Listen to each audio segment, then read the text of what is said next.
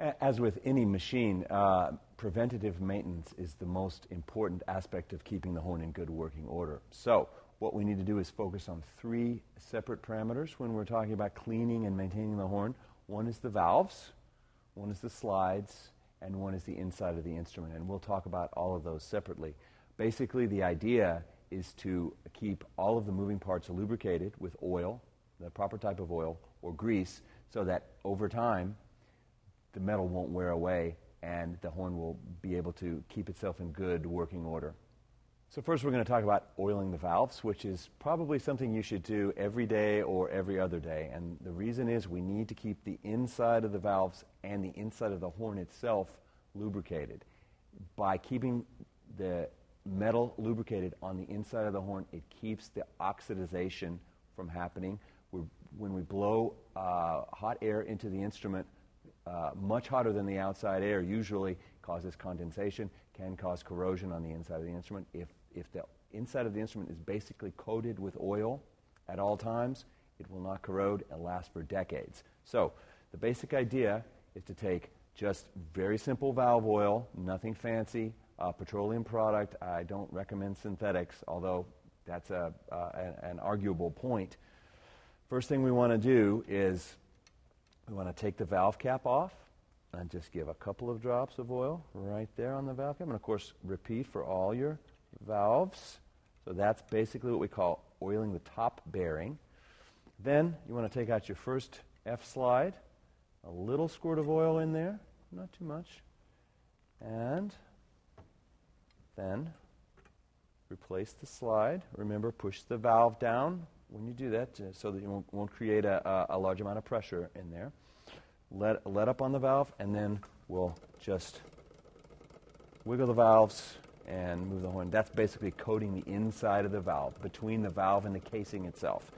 And then the last thing that we do is we get a little heavier oil, a little specialized applicator there, so we can get into the crack between the rotor and the casing right there. And we call that oiling the back bearing.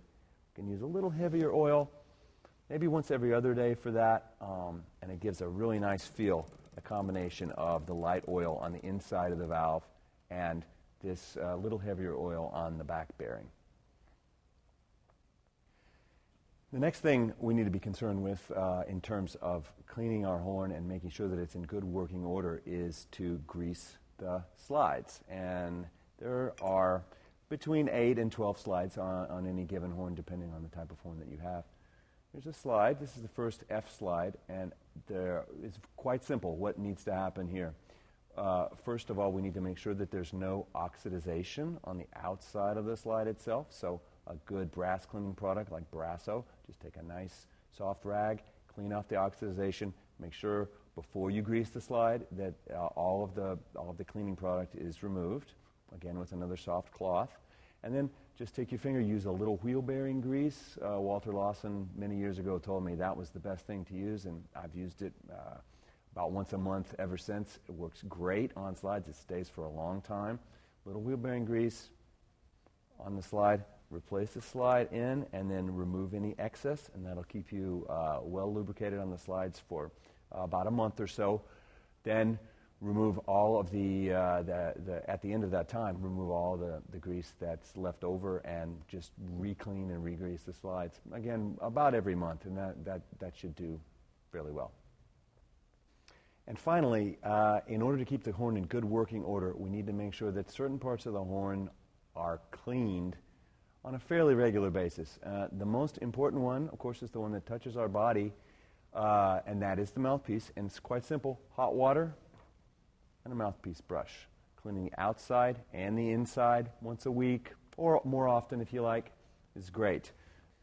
So to clean the lead pipe out, there's a specialized piece of equipment called a lead pipe snake, or just a snake. And how this works is that take your mouthpiece out, take your main tuning slide out. There's a length of tubing here, a delicate little piece of tubing called the lead pipe. And it's where most of the residue from our mouth, any food particles, anything like that, are going to lodge. And that's what we need to make sure that we keep clean for a lot of different reasons. The horn will respond very differently if the mouth pipe is dirty. So basically all that needs to happen is the snake inserted into the front end of the lead pipe and push through, all the way through until it comes out here where the main slide attaches to the lead pipe. Have a rag ready to receive any residue there, and I probably won't get anything if you clean your lead pipe every week, but if you wait for a couple of months, there will be a little something that comes out. No big deal, just throw it away and flush with a little bit of distilled water or even tap water will be fine, and you should be good to go. I do recommend that the horn be chemical cleaned about once every year to every 2 years. It's a really great way to remove all residue from the inside of the horn without leaving any scaly kind of mineral deposits that you could if you gave your horn a bath. And I know that's a very common thing to hear, that band directors say give your horn a bath, wash it out, but that's a great way to freeze up your valves and leave mineral deposits on the inside of the horn. Best to spend a little bit of money, get the horn professionally chemically cleaned, clean out your lead pipe every week or every 2 weeks, keep the mouthpiece clean, you'll be in good shape.